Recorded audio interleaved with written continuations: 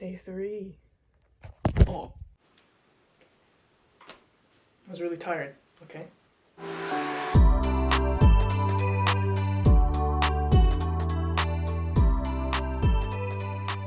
Day 3 for the Making of DNR. Joey finished all his stuff yesterday, so did Sam. It's not a flattering camera angle. So yeah, next up is the guitars, and I'm going first, and then it's Alex, and then Backups, and then sax. So yeah, if you've been watching this far and you like what you see, please make sure to like, comment, share, subscribe. Hit that bell to join the squad. Hope you enjoy for day 3. I think this is when we, like day 3 is when we started to kind of feel that drag from, you know, we've had 2 long days of recording drums and bass and, you know, trying different things. So this is definitely when it started to slow down for us. This is when we were the most deflated, though. That couch in his living room started to look comfy. Like we weren't even like Tom Brady level.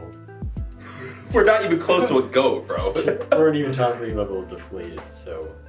Oh, that's where I was going. It was kind of bound to happen because, you know, everybody has a limit. It wasn't like we didn't want to record, it was more of like the excitement was shifting into more of like, okay, we know we have to get stuff done. Like this is really important because at this time we were also still banking on the idea that we could record the entire album in that weekend. So we were kind of assuming that we would just have to grind it all out that one day. That didn't go so well. Which, yeah, you'll see it never works out that way. But, I mean, I think it was very evident that it kind of needed to happen for us to reach this kind of wall and to kind of fall down it, because if we didn't, we probably wouldn't have made good music, because we needed that rest portion to kind of get our, you know, creative minds back.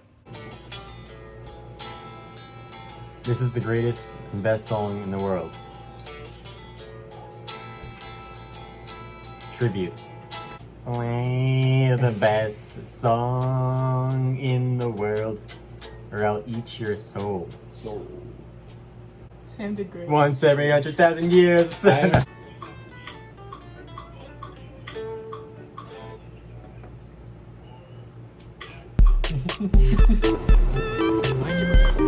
think when we try to do sat there with stuff, the it's just like we automatically assume it's a less serious because we're being trusted with something. And I know I'm not gonna do it well because you're like, you could spin it and just freaking flung it. If it's too tight when you're turning it, you can like loosen it, and then it gets really easy. You know, it adds character to the documentary. Going into recording guitar, I was definitely a lot more excited than nervous. It was kind of like this new way of doing it, because with Station 42 and with our demos, we recorded it kind of the same way, where it was just like track, track, track, keep going. With Stevie, it was more of like, okay, this sounds good, but there's a different way we could play it to make it sound more, you know, to make the sound wider, to make it sound, you know, like it hits heavier. So let's find the way to play that.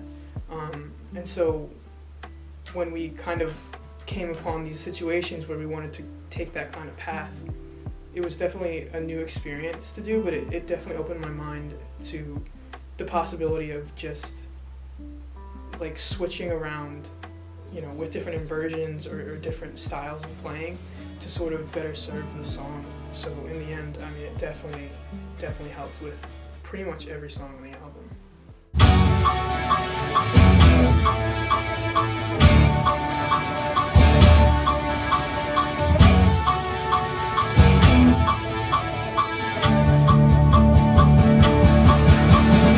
We just recorded one song and we got the rest to go. So my mom's here now with Duncan and everybody's relaxing, and then we're gonna get going again. So wish us luck.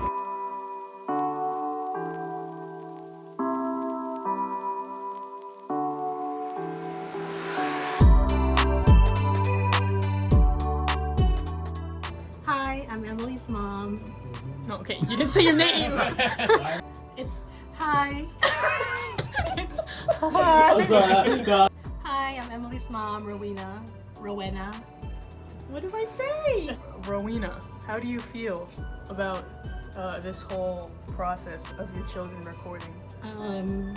Excited. Excited? And just happy. Is there anything that you were worrisome about going into this process? I mean, of course, as a parent, you're always worried about everything, but I trust in all of you, and I believe in all of you, so I'm just excited for what the outcome would be. Do you think this is a good environment for us with Steven?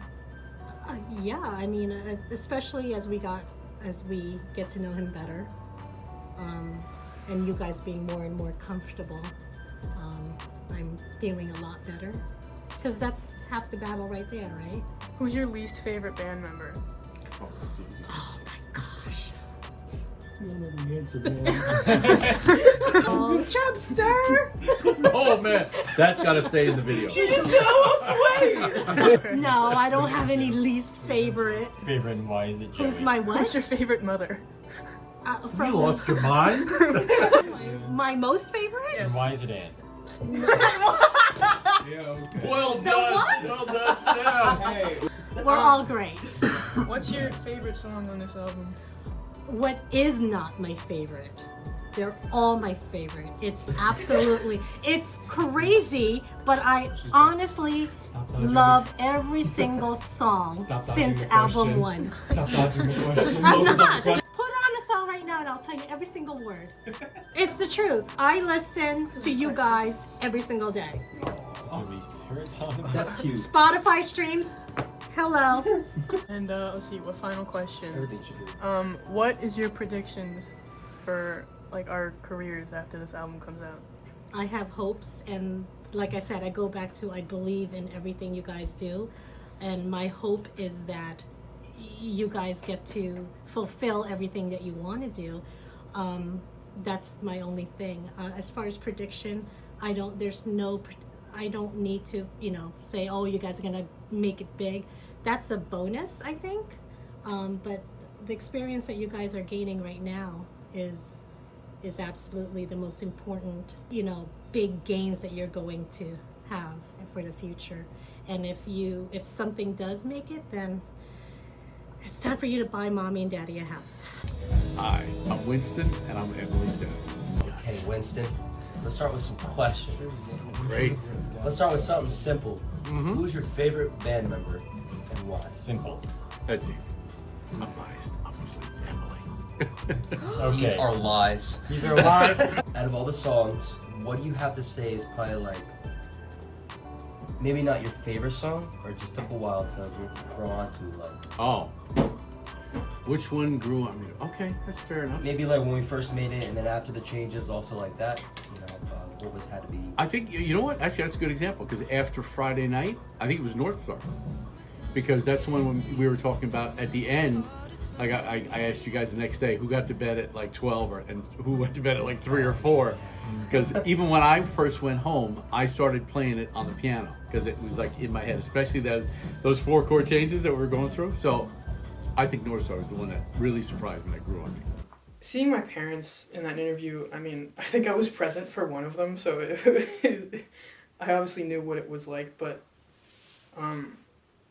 when you think about the possibility that, there are so many parents in the world that don't really view this kind of path as like a viable choice, and then I think about how my parents are the complete opposite. I mean, it's one thing to understand it because my dad's a musician, so, it would make sense for him to support this kind of thing, but even if he wasn't, and even if I completely disregard that fact about him, it still hits really hard because the fact that, no matter what happens, he's still willing to completely invest himself in making me happy with this project and trying his best to also aid in its creation and try and make it the best as he can. It shows that, they're obviously invested in the career choice and my happiness, which is kind of obvious as parents, but seeing them also care about the project, it's like a whole another level of, you know, respect and admiration, because you could so easily just be like, yeah, go ahead, go do it, kid, and then just completely drop off the face of the earth and not give them the time of day when it comes to like, Mom, can you listen to this song? I'm really proud of it. But, you know, with them and hearing all of that they had to say in the interview, it kind of reaffirmed why I'm always so excited to show them a new song, or why, you know, it's really strong motivation to make them proud when it comes to all the stuff that we do. So I'm incredibly grateful for, you know, them as people and them as supporters too.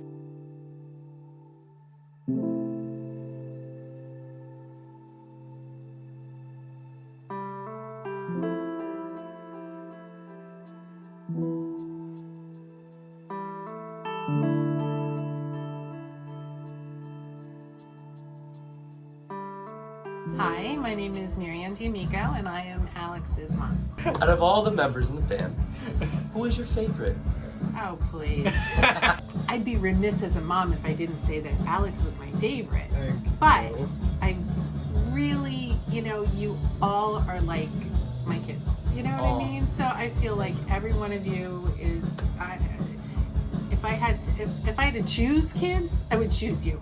So. Of the new songs we're putting on this album, which one grew on you the most? Maybe not your favorite, but the one that over time really attached to you.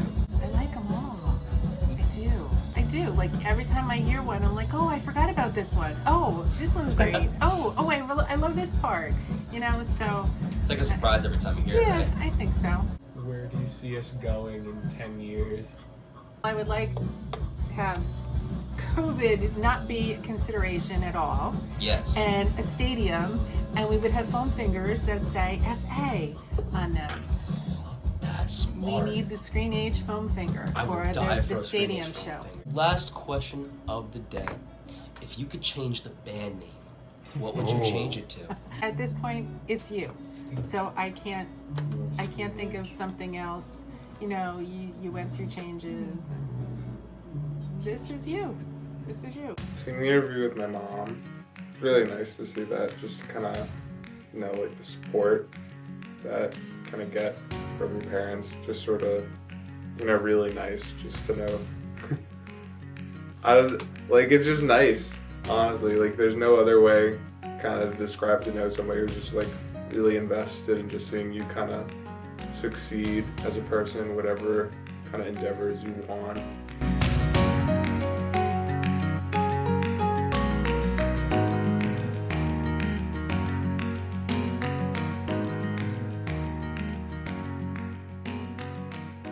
The whole reason behind filming any of it in the first place was kind of like, I mean, I'm sure it was different for each of us, which is weird because you'd think, you know, we'd talk about it beforehand, but it's kind of like to be able to say, like, yeah, we made this really awesome album, but we also documented it. So, like, in the future, when we have kids or don't, or when you just have, you know, when you have a different life in the future, you can look back on it. You can Someone to show. You can really see. You can see, like, your coworker.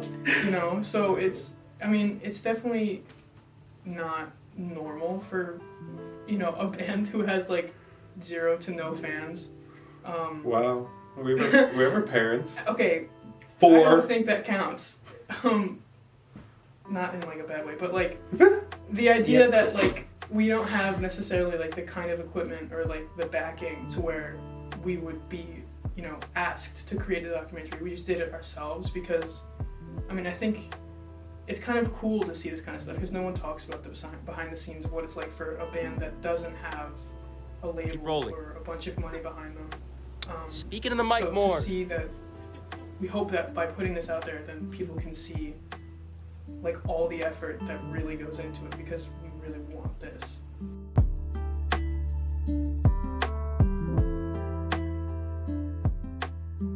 Hi, my name is Anne and I'm Sam's mom.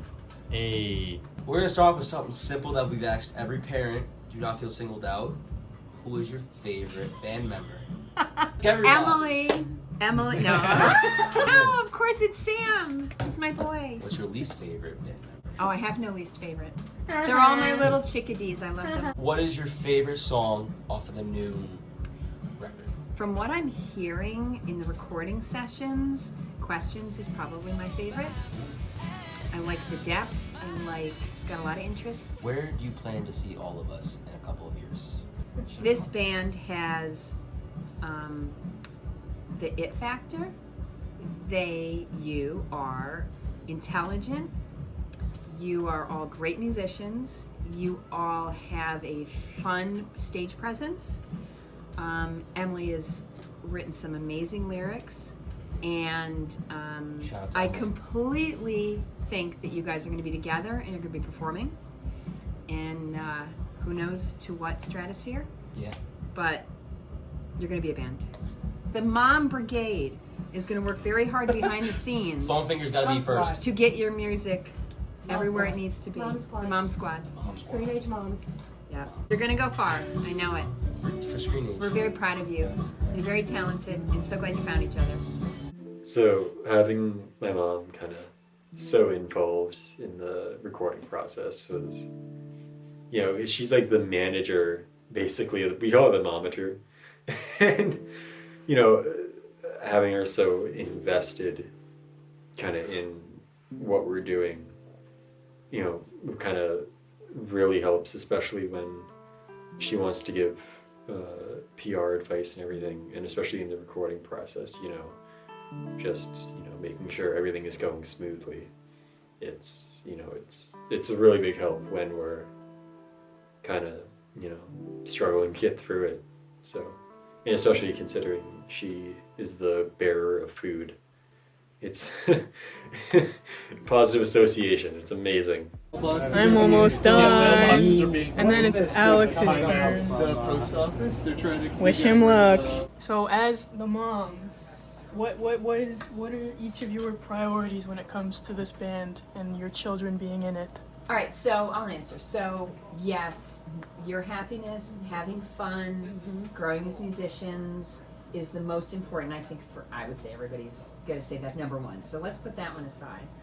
My priority is working on your PR, your marketing. That's my job. That's my role, other than feeding you. When you're at my house. Exactly. My job is to nurture the lyricist. I mean, obviously, it's the happiness, it's the experience that you gain. That's the most important, and that you just have positive experience.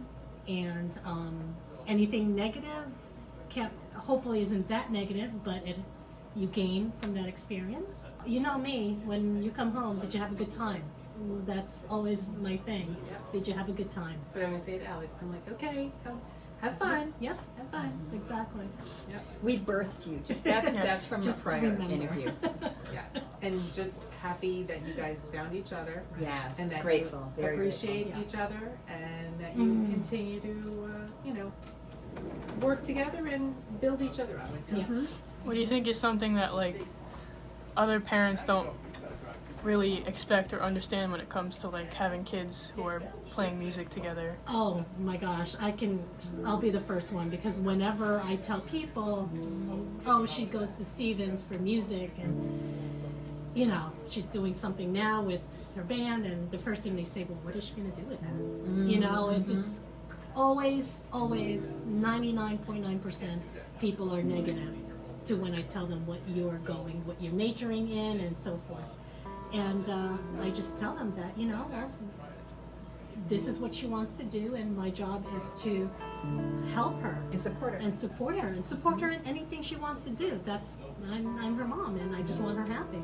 And aside from that, she is talented, and the fact of the matter is I believe in her. I believe in the band. I believe in everything they do. So Another thing is, I think parents try to push and assume there's no middle ground between Taylor Swift and not doing what you love. There is so much middle ground, and there's so much room for growth. And you guys, the sky is the limit, and we just try to support you and be here for you. And I think parents feel you have to push, and Yeah, we don't. I don't think we push.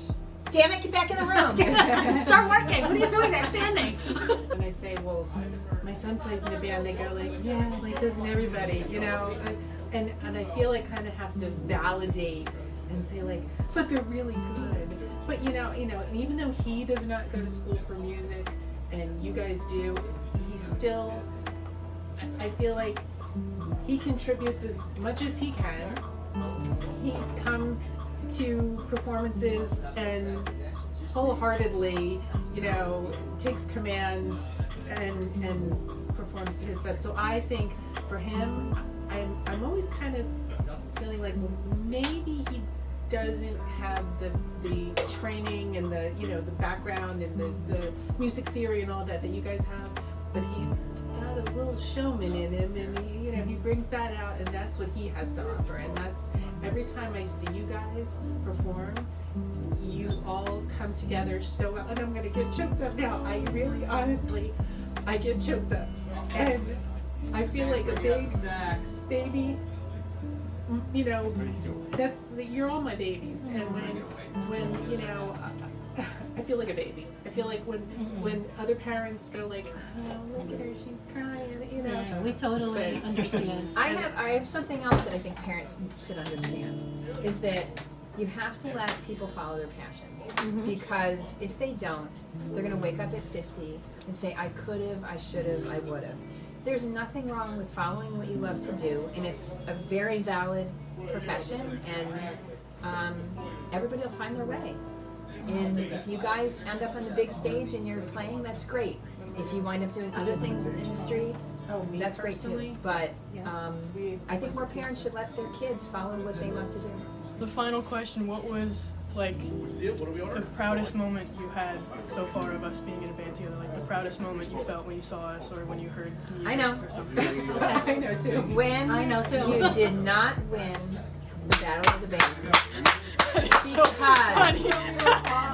guys, we all did it. Because you guys, it didn't matter. You came together as a band. You loved each other. You embraced the night. You can still watch those videos of how The goosebumps. end when you guys hugged each other, says it all. Yeah, Says absolutely. it all. It didn't matter. It didn't matter. The contest didn't matter. The fun of competing, the fun of being together as a unit, and the adrenaline you had, and how graciously you accepted not winning because it didn't matter. You knew it didn't matter in the end.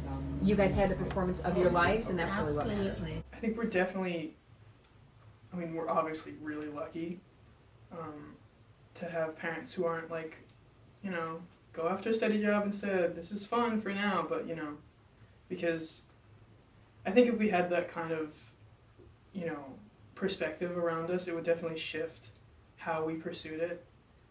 Because if you don't have people like backing you, then you definitely don't have as much motivation to really give it your all.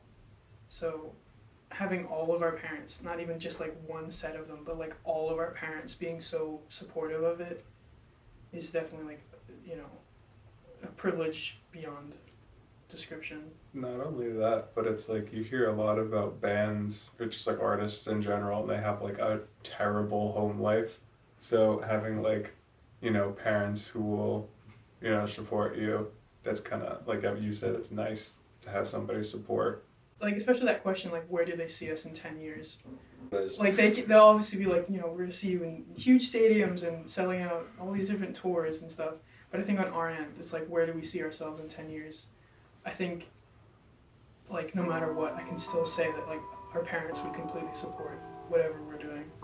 So, you know, being able to say that is definitely really nice.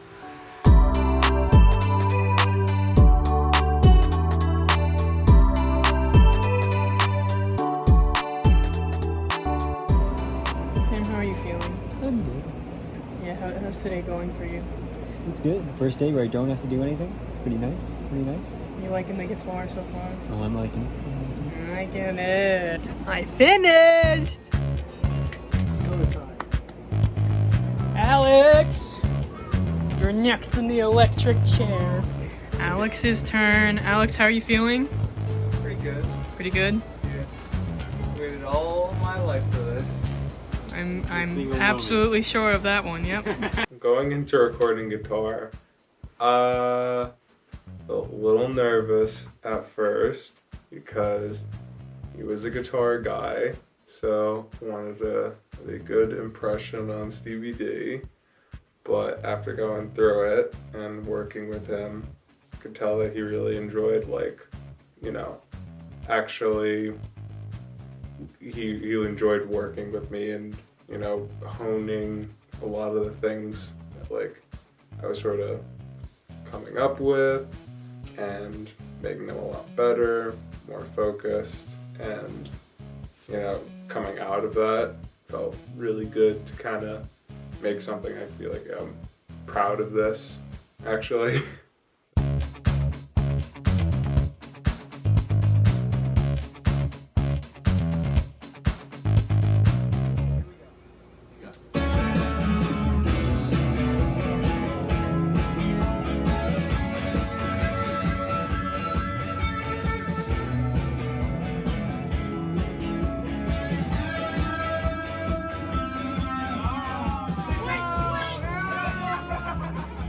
It was really fun to like hear that because I'm sure you would know from rehearsing with me for however many years, I liked improv. So hearing it kind of like actually come through in a good, like, you know, well thought out and kind of directed way, Stevie D was really cool to hear that. Yeah, I mean the effects definitely like added like another layer, brought us to a different level than what we were before. Then, you know, with Station 42 and also just like the way that we were practicing it in rehearsals for a few years before we actually started recording it. I mean, hearing the effects and all of that definitely amplified everything in like an awesome way, because I don't think we had as much confidence in these songs as we did when we realized that there's more that we can do with them. So, I mean, hearing it in these ways was definitely like a nice wake-up call. And Stevie D has, you know, so much more experience, you know, like working with effects and, you know, hearing something and say, you know what, this is gonna work, this sound is gonna work really well here. So, you know, it was nice to not have to play around as much because his mind went to something and he knew right away what he thought was gonna sound good. Alright, Sam, welcome to AA. Hi. Okay, so day 3 has now Days been, are gone by. This is so.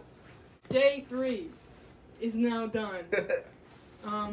We originally thought it was only gonna take 3 days, but I think we've learned now that we have to stop, like, Cramming trying in a to weekend. trying to minimize the amount of That's time. the second time we've tried to record an album in a weekend and failed. Yes. I mean, But well, that means more content for you. We can't try to record an album in a freaking weekend. I think when we were trying to cram, it was because we thought we knew exactly what we were gonna do. Like there wasn't much thought needed, you know. We knew what the parts were. We just had to go in and record them. But what we've been doing with DNR with Stevie D requires a lot more, you know, time to slow down and think about what's actually gonna work, and making sure everything is, you know, not perfect, but, you know, as good as we can make it in the time allowed. We were so naive to think that we could get it all in one weekend and have it sound good. Yeah, but I mean, I think it's kind of, you know, how good things come out of, you know, the bad. Even though it's unfortunate that it takes a bad thing to happen for a good reward to come out of it. It's sort of like through the whole idea that we could have recorded this in 3 days, having that whole thing fail, it definitely taught us a lot about the fact that we need to focus more on the content rather than trying to, you know, spend as little money as possible, because recording isn't a very cheap thing. So we were obviously we were focused so much on trying to, you know, minimize the expense so we don't really like burden our parents or anything like that. But I think we learned that in the end it's never about, It shouldn't be about money. yeah, it's always about how quality you can make for something, and it's nice because now we have this to show how we grew, but now we learned that, you know, obviously it's good to try and minimize the amount of money you spend, but you shouldn't sacrifice the quality of your product for it. The craft. Yeah. The craft is important. So as you can see, obviously Joey's not here. He had to go home earlier, but he will be here in the next episode, of course. We finished my guitar almost today. Half of mine. A little bit of Alex's, yeah. I had fun. He had fun. There's some really cool effects going on all the guitars, and yeah, we're very excited about them. If you like what you've been watching, please make sure to like, comment, subscribe. Join the squad, hit the bell, do all that. Thank you. We love you. Outro, please. What? Why is it a triangle? No. ScreenAge. Bye.